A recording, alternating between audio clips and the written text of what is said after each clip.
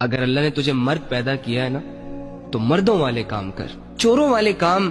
ہمارے ساتھ سوٹ نہیں کرتے۔ تمہاری مردانگی صرف اسی میں ہے کہ اگر تمہیں کوئی پسند آئے تو مردوں کی طرح اسے گھر کی چار دیواری پرووائیڈ کرو۔ بیٹی اور بہن سے بعد میں بات کرنا، پہلے اس کے بھائی اور ابو کو اپروچ کرو، کہو ان سے کہ میں ایک غیرت مند لڑکا ہوں، مجھ سے آگے پیچھے کی باتیں نہیں ہوتی، آپ کی بیٹی آپ کی بہن کو اچھے سے رکھنے کی صلاحیت رکھتا ہوں، آپ کو شکایت کا موقع نہیں ملے گا، ہر ممکن یہ کوشش ہوگی کہ آپ کی بیٹی کو کسی چیز کی کمی نہ ہونے دوں، بجائے بہلانے پھسلانے کے اپنے دل کے اندر سچی فیلنگز کریٹ کر۔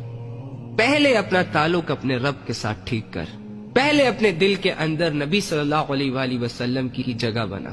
پھر ان کے حکموں کو سامنے رکھ کر اپنی خواہشوں کو ان کے بتائے ہوئے طریقوں پر پورا کرنے کی طرف قدم بڑھا، تجھے کوئی نہیں روکے گا۔ دو چار لوگ صرف تیرے اگینسٹ آ کر، تیرے مخالف ہو کر عجیب عجیب باتیں کریں گے، جو معاشرے کے سینسیبل لوگ ہوں گے، میچور لوگ ہوں گے، وہ تجھے اپریشیٹ کریں گے۔